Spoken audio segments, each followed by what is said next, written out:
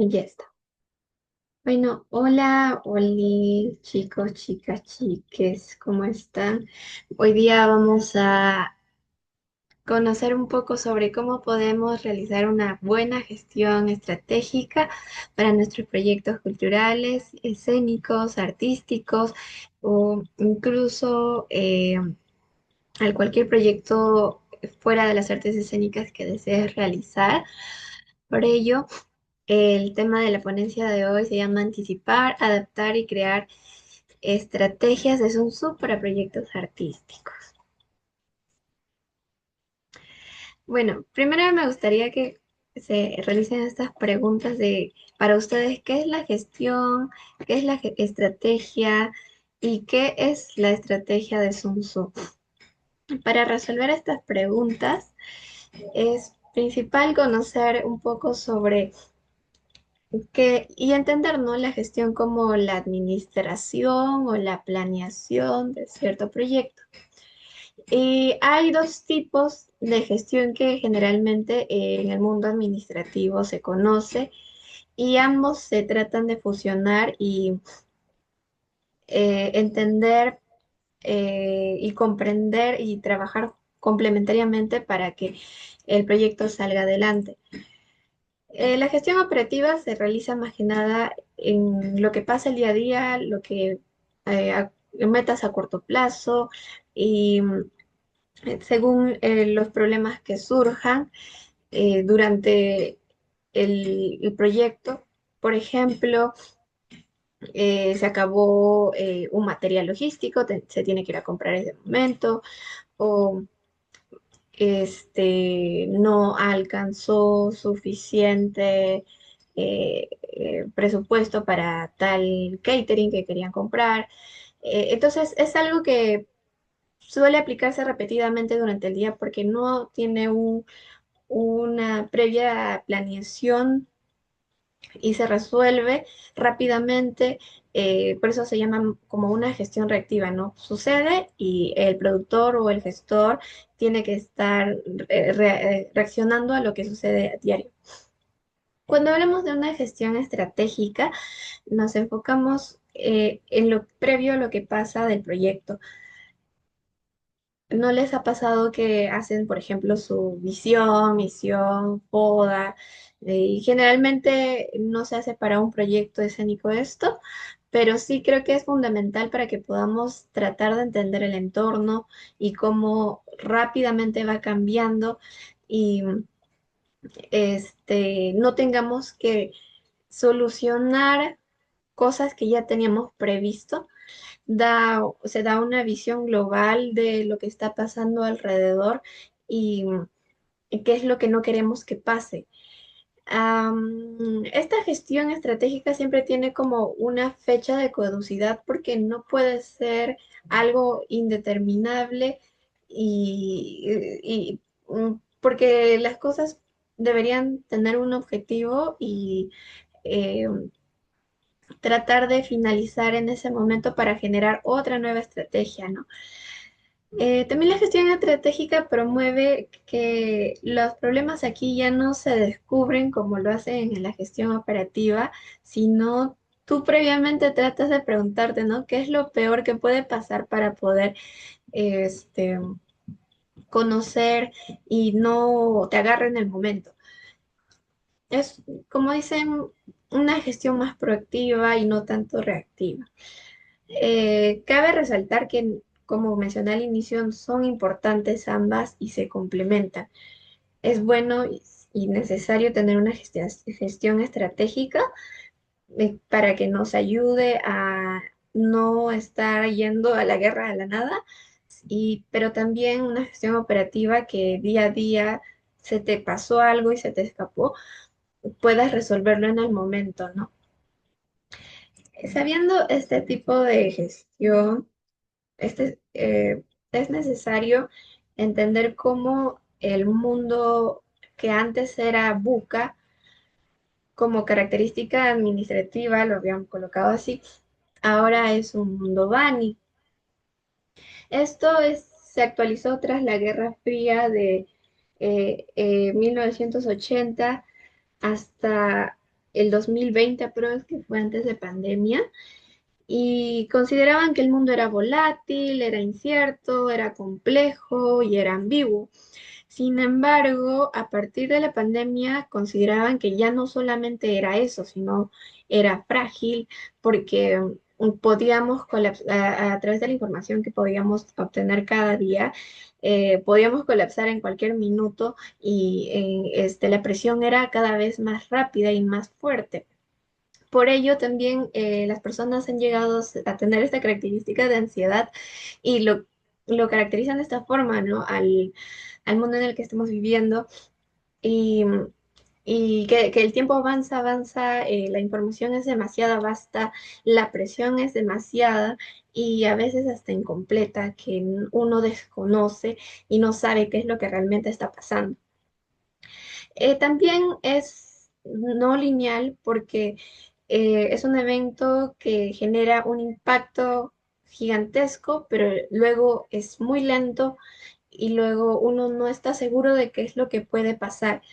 No hay una constancia tranquila y eso hace de que también sea incomprensible el mundo porque es más difícil comprender o predecir si tu proyecto va a ser el mejor, el más conocido o el que ha cumplido todos los objetivos o si va a solamente tener cero vistas, cero en venta de entradas y tratar de entender el mundo Bunny es tratar de conocer solamente un 10% con la planeación estratégica, pero al menos es mejor que no conocer nada.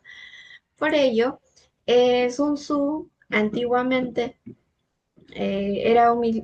fue un militar y filósofo chino que escribió sobre el arte de la guerra, tratando de buscar nuevas formas de vivir en esos tiempos y ganar, ¿no? Ante la guerra, pero podemos rescatar estas ideas hoy en día porque la vida es como un combate diario y mucho más de lo que trabajamos.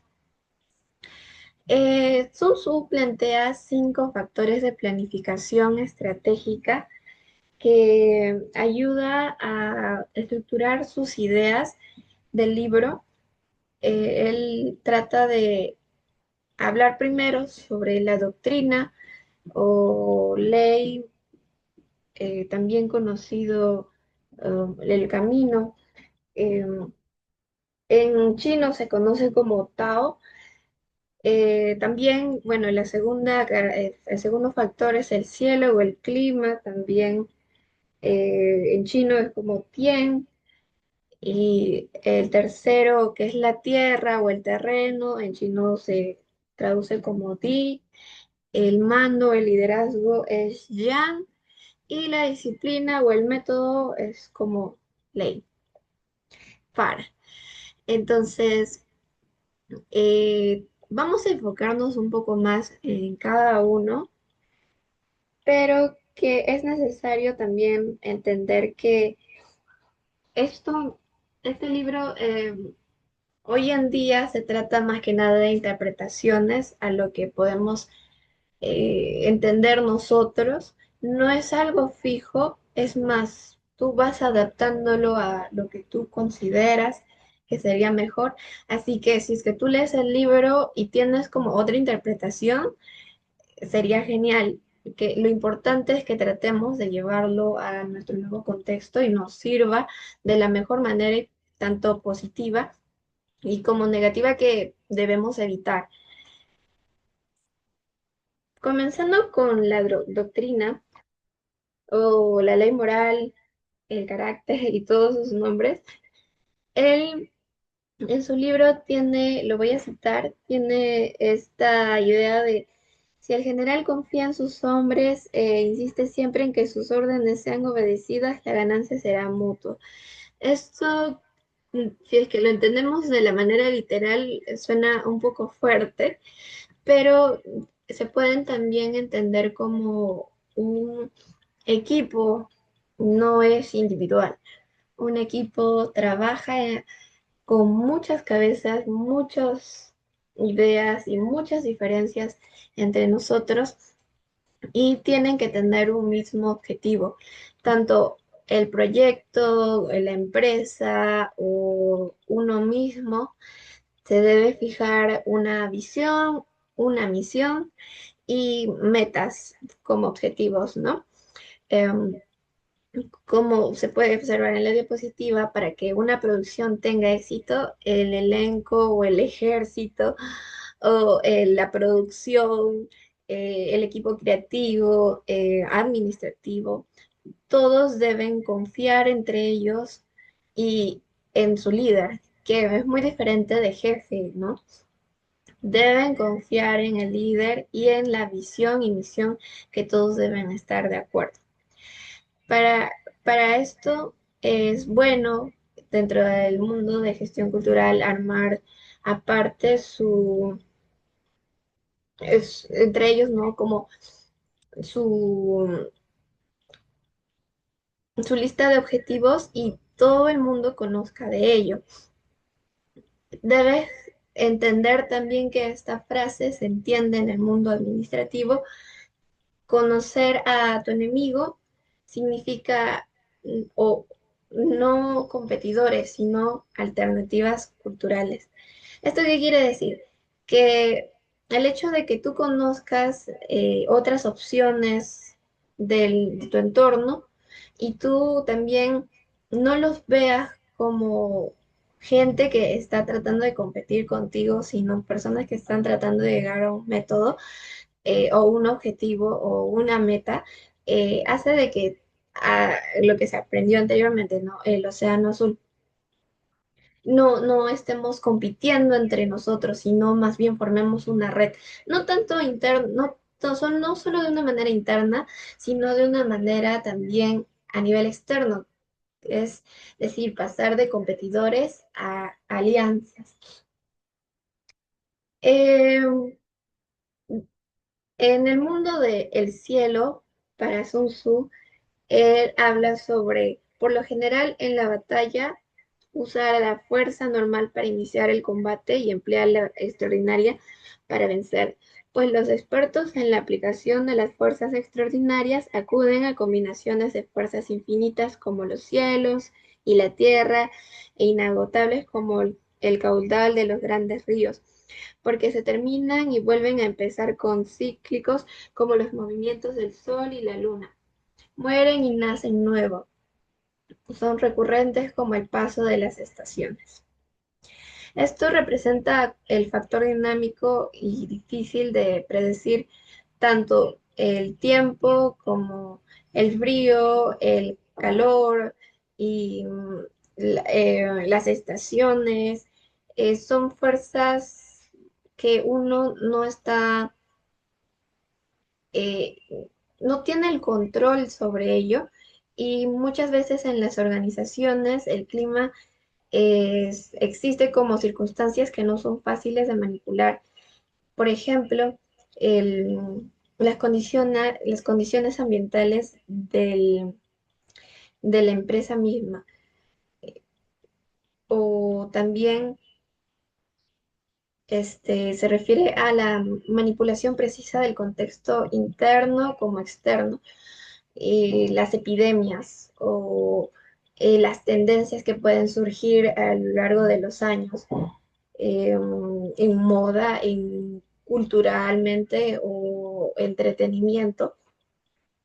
Y para ello es necesario, por ejemplo, dentro de del mundo de las artes escénicas, el productor debería analizar en qué contexto político o estamos, por ejemplo.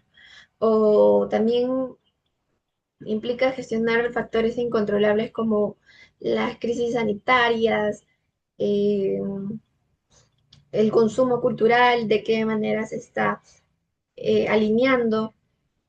Esto podemos analizarlo a nivel general con un cuadro Pestel, por ejemplo, en el cual eh, cada, cada letra es un factor. Por ejemplo, la P es político, la E es económico, la S es social, la T es tecnológico, la segunda E es ecológico y la L es de, hasta donde yo me recuerdo, ay, la L es de legal. Entonces, cuando nosotros hablamos ahora de la disciplina, Sun Tzu se refiere a la organización de la información y los procesos, pero más que nada interno. El anterior era un análisis externo y cuando hablamos de análisis interno nos vamos más a, por ejemplo, un análisis FODA dentro del mundo de las artes o también el análisis de las cinco fuerzas de Porter, ¿no? Que también se va complementando con otro factor, pero podemos sacar también otras ideas dentro de la disciplina. Por ejemplo, eh, ahorita cuando nosotros analizamos en qué situación está una empresa y vamos desde tendencias o evaluaciones de cuánta gente ha consumido tal o cuál es la trayectoria del proyecto o cuántos antecedentes ha tenido cierta obra. eh, es una forma de entender qué es lo que internamente está llevando y cargando el proyecto y de qué manera hacemos un método para que sea constante y se logre un objetivo. La disciplina es una mezcla de varios factores también juntos, ¿no? Que también eh, depende mucho del líder quien está tratando de llevar a cabo o el equipo colectivo que está tratando de sumarse a esta idea. Por ejemplo, Sun Tzu menciona, el líder consumado cultiva la ley moral y se apega estrictamente al método y la disciplina. Por lo tanto, es capaz de planificar estrategias y victorias. El líder, según el mundo administrativo, debería ser sabio, sincero, humano, debe tener valores y debe ser severo. El liderazgo viene dentro de actitudes y capacidades de los ejecutivos clave y un líder se apega a la meta, pero siendo y teniendo disciplina, ¿no? Eh, siempre planea y nunca actúa de manera impulsiva ni de manera agresiva, por así decirlo. Un soberano suele ser prudente y un buen comandante es precavido. Es lo que nos dice Sun Tzu. Y dentro del mundo de las artes escénicas es también, creo yo, entre tener cuidado con lo humano, que puede ser todo el equipo, y al mismo tiempo generar disciplinas dentro de este espacio para que no haya bajas ni muchas subidas, ¿no? Em, Rescatando de esta parte, son tres palabras clave en general, que es humanidad, tratar al elenco y el equipo técnico como a hijos amados, como a compañeros y seres queridos, para ganar su lealtad, para tener compromiso y para tener una amabilidad dentro de este grupo. Pero también él propone ser severo. Ser severo no es ser malo, sino mantener la disciplina en los ensayos, el control del presupuesto. eh, un líder demasiado indulgente tendrá un equipo que no necesariamente sea eficaz. Esto tal vez en algún momento les ha pasado que por muchas veces en las que uno perdona impuntualidades o perdona eh, no perdona, sino deja pasar faltas, genera un equipo en el que se acostumbra a ello y no tiende a hacer nada proactivo. Y finalmente también él propone que la delegación de tareas debería ser muy importante porque esto implica la confianza dentro de su grupo. Que el líder haga todo el proyecto, que el líder haga todo lo que debería hacerse en grupo, no es necesariamente recomendable, pero el hecho de tratar de confiar con las personas con las que trabajas y no interferir como en el proceso creativo de cada uno, sino más bien acompañar y asignar responsabilidades, hace que el proyecto siga adelante y tenga mejores oportunidades de tener un buen proyecto. Am, como, como, como menciona Sun Tzu también, dentro del el mundo de la disciplina o también como el mando, eh, es necesario que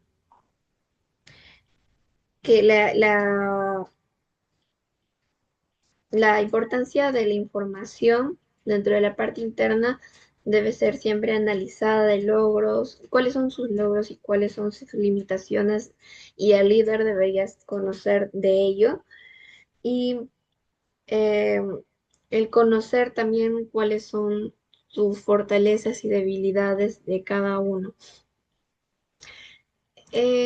Finalmente, la Tierra es para Sun Tzu a las distancias, la geografía y los peligros del entorno.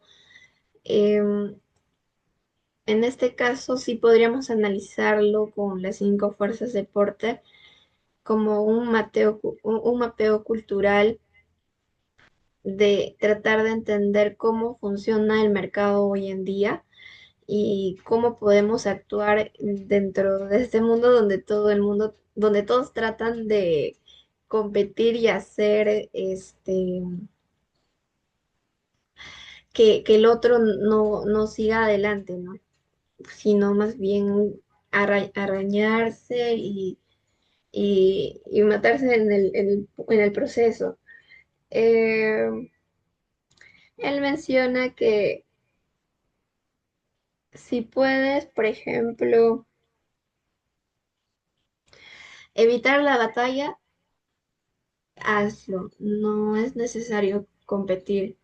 Un buen líder sabe en qué momento hacerlo y en qué momento no hacerlo, y eso depende del análisis en el que tienes, ¿no? No vas a mandarte con un proyecto eh, que recién está iniciando por ejemplo, competir con los estímulos económicos si es que no tienes ni siquiera entendido de qué trata, si es que no conoces el proceso, o es necesario analizar tal vez por eso, ¿no? Sus debilidades, o también la Tierra se entiende como así de manera literal, geográficamente, dónde nos encontramos, y no vamos a lanzar un producto a un mercado que no le interesa porque simplemente tú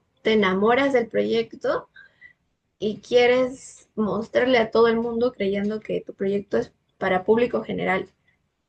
Y no es cierto.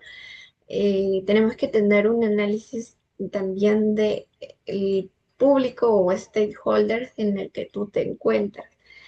Creo que eh, también la Tierra nos ayuda a tratar de, según Susu, entender la estructura de la empresa, el proyecto que tú estás haciendo. Por eso él menciona, la tierra significa las distancias o la dificultad que hay para recogerlas. Igualmente, considerar la naturaleza del terreno si es estrecho y abierto y las oportunidades que ofrece para vivir o morir. En las organizaciones, el modo en que está organizado el trabajo o el uso de la tecnología, los recursos humanos o la finanza determina capacidades básicas y la facilidad de entrar a dominar el mercado en el que tú te encuentras.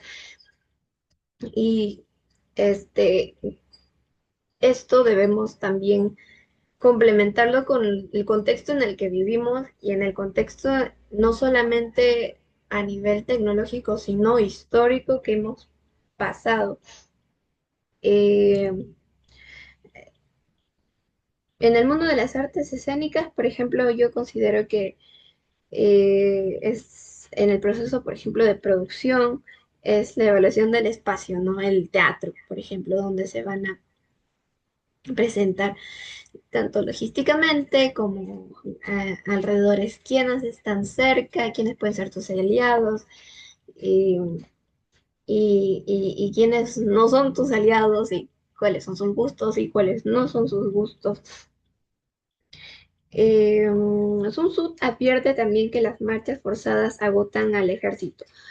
Por ejemplo, en una gira, una mala planificación de viajes agotaría a los actores o también esto haría que afecte energéticamente a tu elenco, a tu producción creativa y también es necesario evaluar las distancias y los recursos, ¿no? Con los que cuentas y que no podría pasar. Y finalmente, el mando para Sun Tzu, lo que lo conoce como Yang, y él se refiere como a la organización y la asignación de grados a oficiales y el control de gastos. Él dice que el líder consumado cultiva la ley moral, se apega estrictamente al método y la disciplina, por lo tanto es capaz de planificar estrategias victoriosas. El mando aquí también se entiende como el análisis de stakeholders y hay un cuadro específicamente para entender que no solamente existes tú, sino existen las personas con las que trabajas, las personas quienes consumen tu proyecto, las personas quienes pueden sumar a tu proyecto pero no están dentro de ti. Una vez sabiendo esto y analizando los stakeholders, Sun Tzu te comenta, ¿no? Que es posible realizar un proyecto y es posible vivir en un mundo donde estemos como trabajando dentro del método del océano azul y te propone que para tener esta planeación estratégica trates de priorizar el análisis reflexivo sin competir, el análisis tanto interno como externo y también que sepas en qué momento es necesario a veces dejar, esperar y en qué momento accionar. En resumen, eh, creo que podemos entenderlo, ¿no? Como planear los ataques es identificar debilidades clave del competidor y formular ataques específicos contra ellos. El libro nos trata de decir esto y hoy en día tratemos de también entender cómo podríamos sumar de la mejor manera nuestro proyecto. Si tienen alguna duda o pregunta, lo pueden hacer al Gmail o al Instagram. Y bueno, de todas maneras, vamos a estar conversando con ustedes para las próximas sesiones y sería eso todo. Muchas gracias y nos vemos pronto.